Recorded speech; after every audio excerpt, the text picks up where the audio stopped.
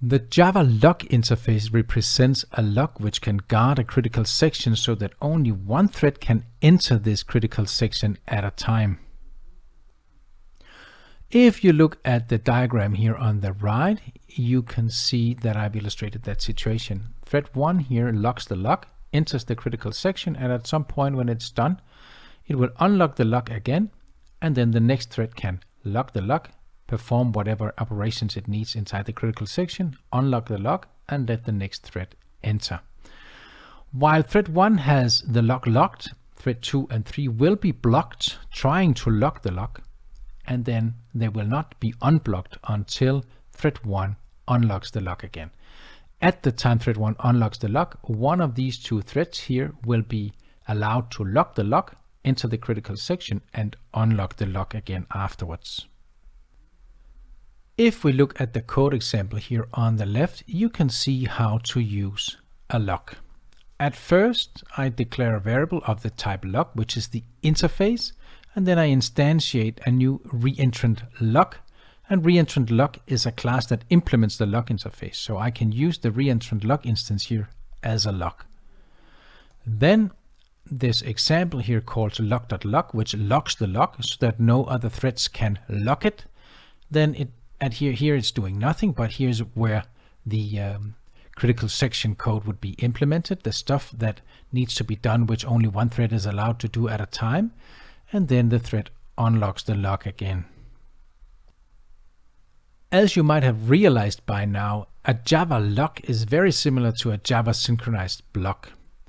If you're not familiar with synchronized blocks in Java, check out the description below this video for links to tutorials explaining Java synchronized blocks. Let me show you two concurrent counters where one of them is implemented using synchronized blocks and the other one is implemented using a lock. Let's start with the one using a synchronized block. As you can see, the counter here has a single member variable internally called count, and then it has an inc method where count is incremented. As you can see, I have simply declared the method here synchronized, so only one thread can execute it at a time. And similarly, I have a getCount method here, which just returns the current value of the count member variable, and this method is also declared synchronized, so that only one thread at a time can call it. Now let me show you how the same counter looks when implemented using a lock instead of synchronized methods. Here it is. As you can see, we still have a member variable here called count, and then we have a lock here, a reentrant lock. And then you can see we have an inc method here, which increments the count. And what it does is it first locks the lock, then increments the count member variable here, and then unlocks the lock again. And down in the count method here, we do the same thing, lock the lock, return the count variable, and then the lock is unlocked. One little thing that is interesting to notice here is that the lock is locked and unlocked within a try finally block. And the reason we do that is so that in case the operation that is executed after the lock is locked and before the lock is unlocked, if that operation throws an exception, well, then the lock unlock here operation, this statement will still get executed because it is listed within a finally block. And we are taking advantage of that down here in the getCount method, where it is possible to simply return this .count after the lock is locked, because before the thread exits this method here, the finally block will get executed and then the lock is unlocked.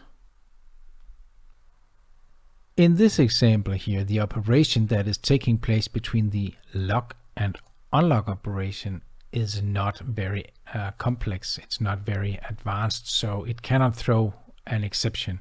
However, you should just get used to always lock and unlock a lock from within a try finally block.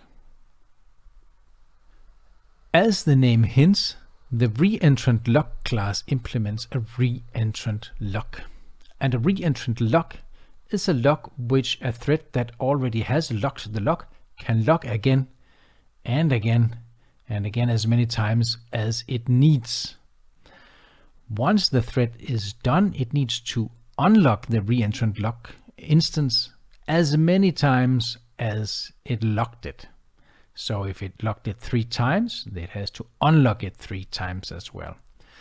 And only when the lock is unlocked the same amount of times it has been locked, will the next thread be allowed to lock the lock. If the lock was not reentrant, then it could not be locked more than once by the same thread or by any thread at all. So in this example here, let's say thread 1 locks the lock 1 time and then comes around here again and tries to lock the lock again, and the lock is not reentrant, then thread 1 would be blocked. Now thread 1 would be blocked indefinitely, forever, because thread 1 already holds the lock and is blocked trying to lock it again. And it can only lock it again once it has been unblocked, but only thread 1 can unblock it, and thread 1 is currently blocked trying to lock the lock the second time. All other threads that tries to lock this lock will also be blocked indefinitely, because thread 1 will never unlock the lock, so these will just be blocked forever. So this situation is called reentrance lockout, where one thread here ends up causing a situation that is similar to a deadlock, so that the whole lock here becomes like a black hole of threads, where all threads trying to lock it will just be blocked indefinitely. You might be wondering when in practice you need lock reentrance, when you need to lock a lock more than 1 time. So I have implemented a concurrent calculator here that demonstrates when lock reentrance can be useful. Let's first have a look at this calculator class. We have a result here, a member variable that keeps the result of all the calculations performed in the calculator so far. We have a lock here, and then we have an add method, a subtract method, and a calculate method. If you look at the add method here, you can see that it takes a single parameter, locks the lock, adds the parameter to the internal result variable, and unlocks the lock. The subtract method does the same thing, except it subtracts the value from the internal result. But other than that, it is pretty much similar to how the add method is implemented. Now let's have a look at the calculate method. As you can see, the calculate method here takes a variable number of calculations, so it's an array of calculations.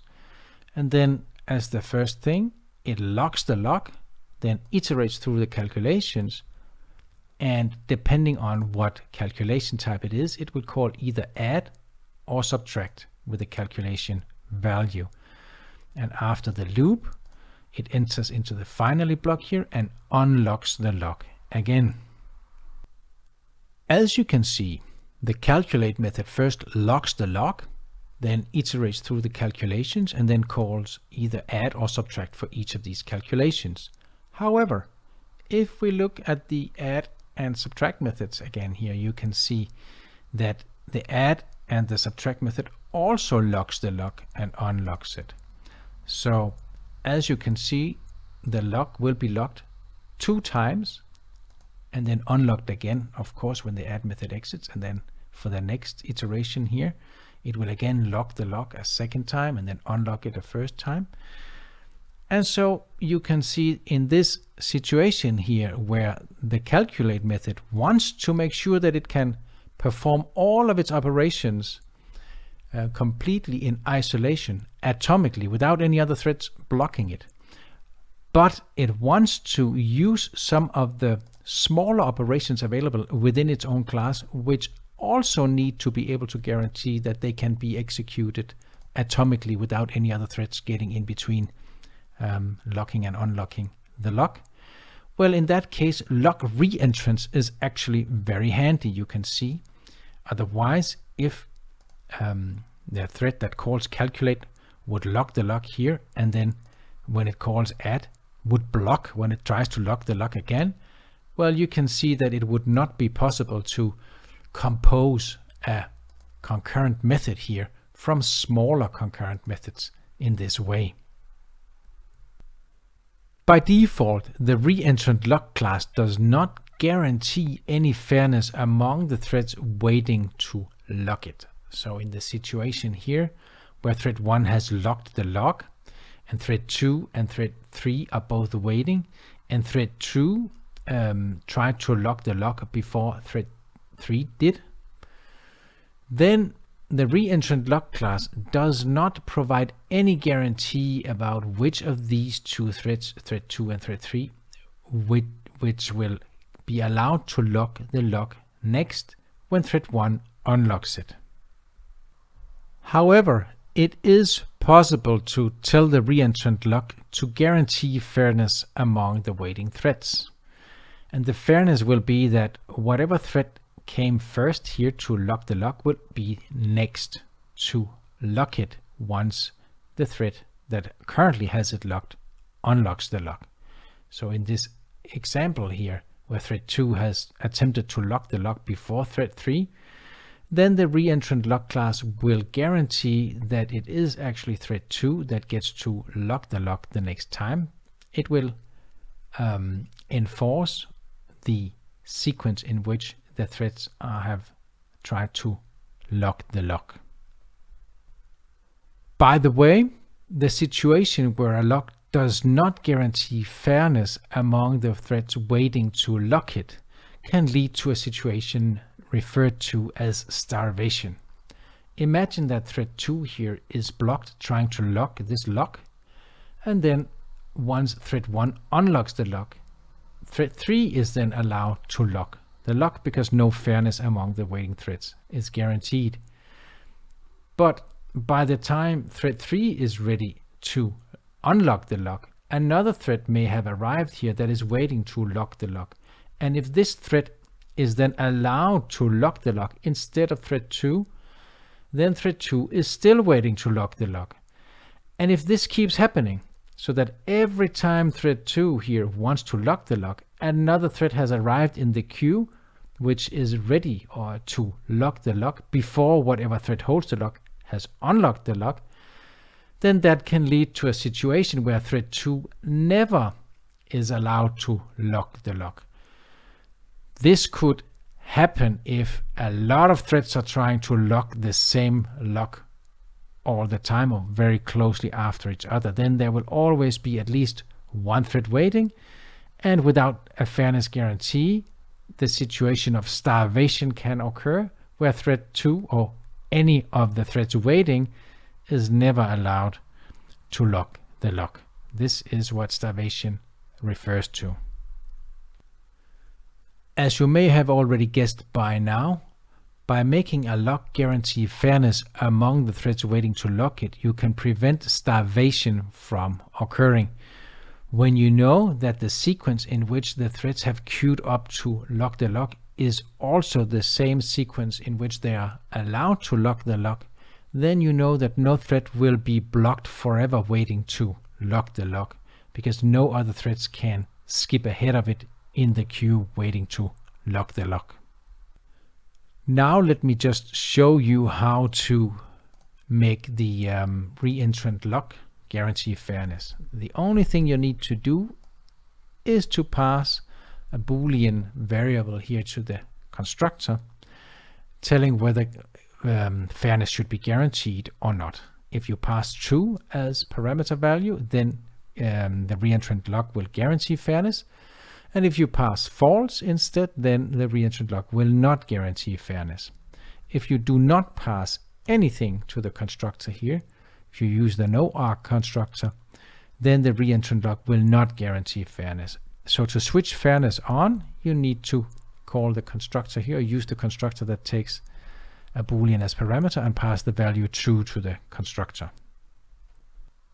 Now let's take a look at some basic lock examples, as well as look at some of the more basic methods in the lock interface so you can get a better feeling for how locks in Java work.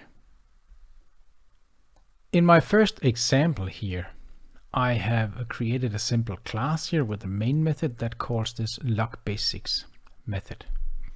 Inside of this method, I create a new lock. I pass the value of false here to the constructor to signal that it does not have to be fair. Then I create a runnable here. And this runnable simply calls the lock sleep unlock method, which I will show you in a second. And then it starts 3 threads. Each of the threads gets this runnable as the task to run. And then the threads are started.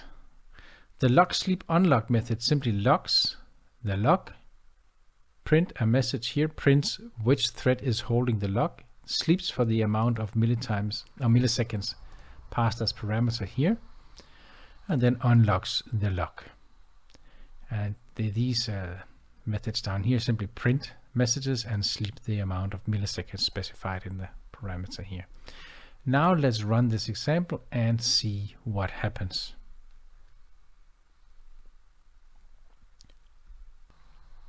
As you can see, first thread 1 holds the lock, then thread 2 holds the lock, and then thread 3 holds the lock.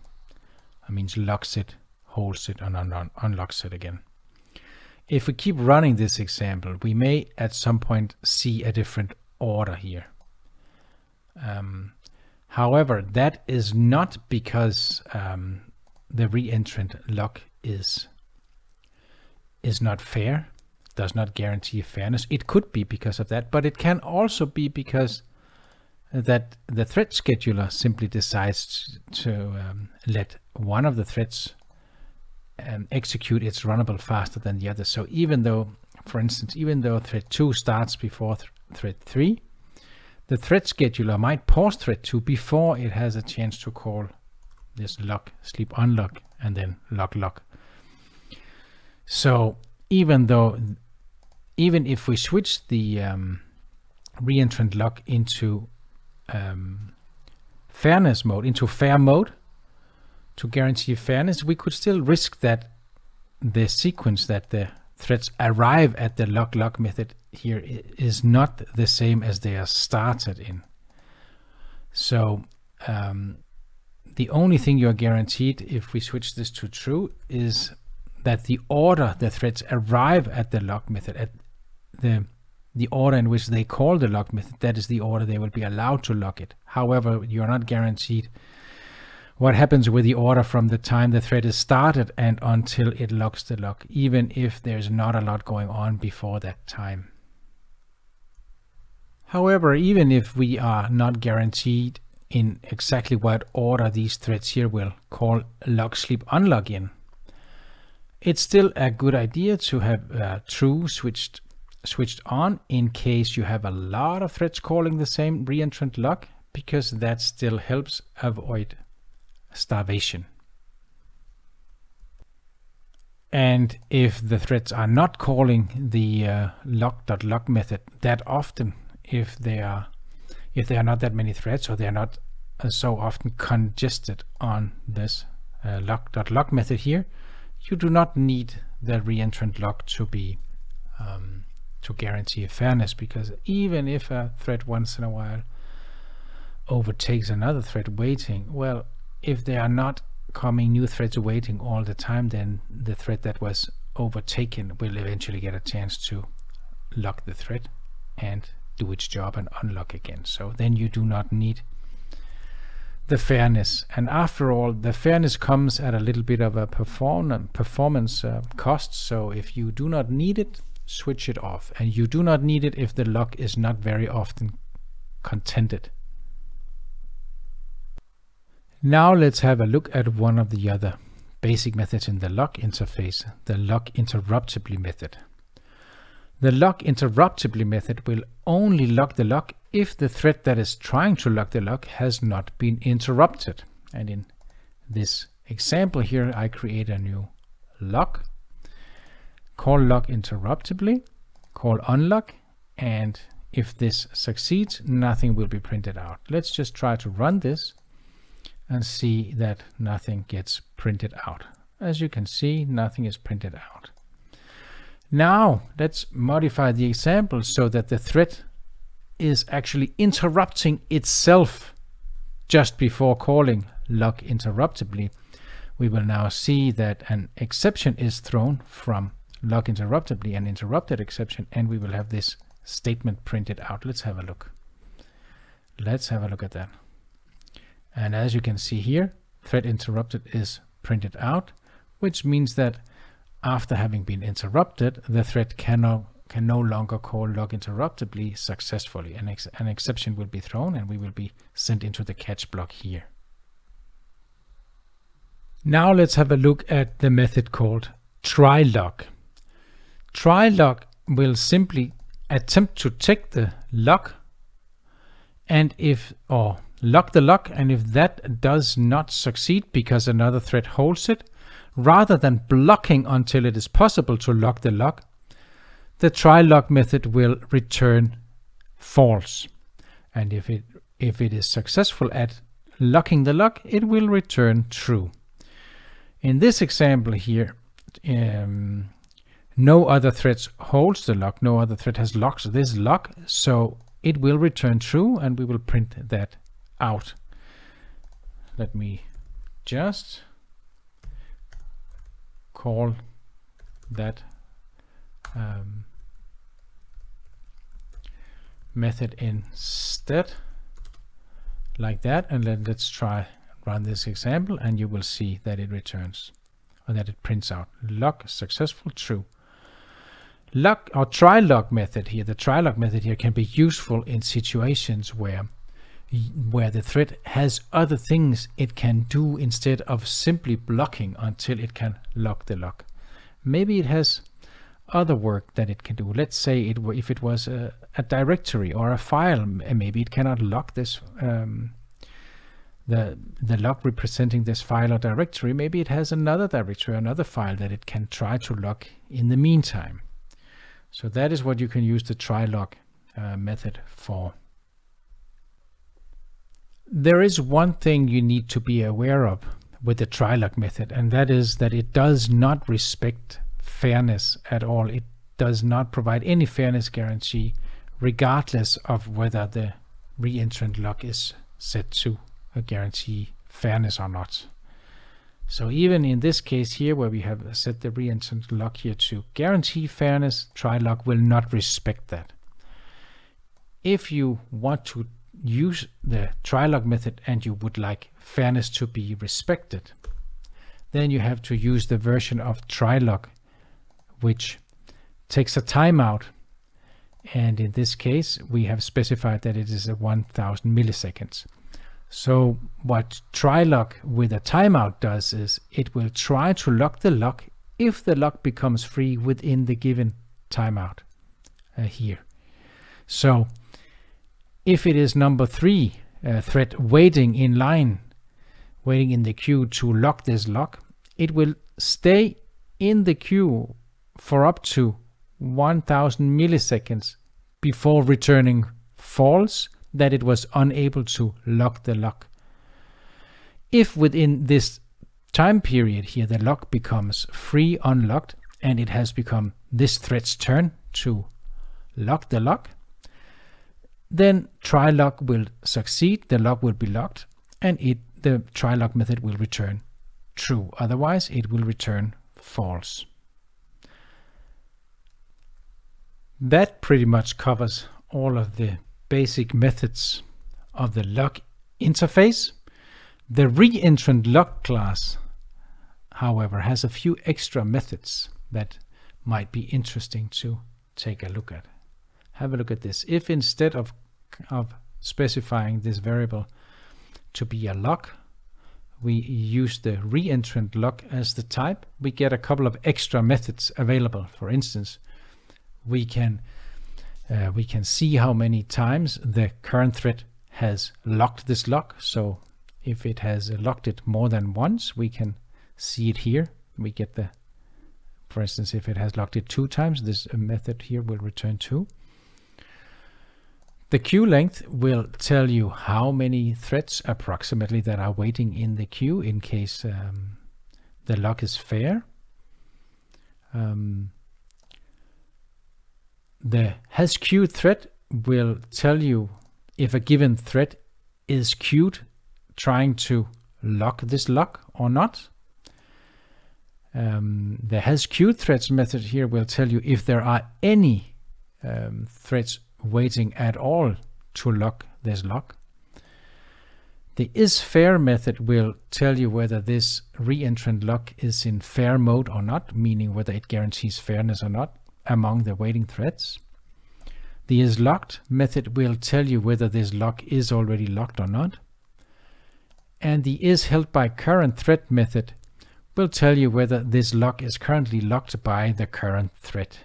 That is actually it is not similar to this one hasQueued thread, because up here we are asking whether the current thread is in queue to lock the lock, and down here we are asking whether the current thread has actually locked the lock or not. Finally, I just want to tell you what the difference is between synchronized blocks and locks, because it may look easier to just use a synchronized block than using a lock, but there are a few differences which it can be useful to be aware of, and some similarities as well. And the first thing is here that a synchronized block can never span more than one method, so the synchronized block must start inside of a method and end within the same method, or it can be the whole method that is declared synchronized. That is different from a call to Lock.unlock, because you could in theory lock the lock from inside one method call and then unlock it from another method call. And so that is a little bit a difference there. The Lock.lock and the Lock.unlock provides the same visibility and happens before guarantees as entering and exiting a synchronized block. And if you are not aware of what that means, check out the description below this video and you will see a link to my synchronized block tutorial, as well as my happens before guarantee video and tutorials. Another difference here is that synchronized blocks are always reentrant. You cannot change that. Now, the reentrant lock here is also always reentrant. However, it would be possible to implement the lock interface with an implementation that is not reentrant. It is actually possible to choose to use a not reentrant lock. And then the last thing here is that synchronized blocks do never guarantee fairness, while the reentrant lock implementation here of the lock interface is actually able to guarantee fairness. So as you can see, you get a little bit more sophistication if you use a lock instead of using a synchronized block. That's it for this video about the lock interface and the reentrant lock, which implements the lock interface. Remember to check out the description below the video for links to related tutorials, such as the synchronized block tutorial.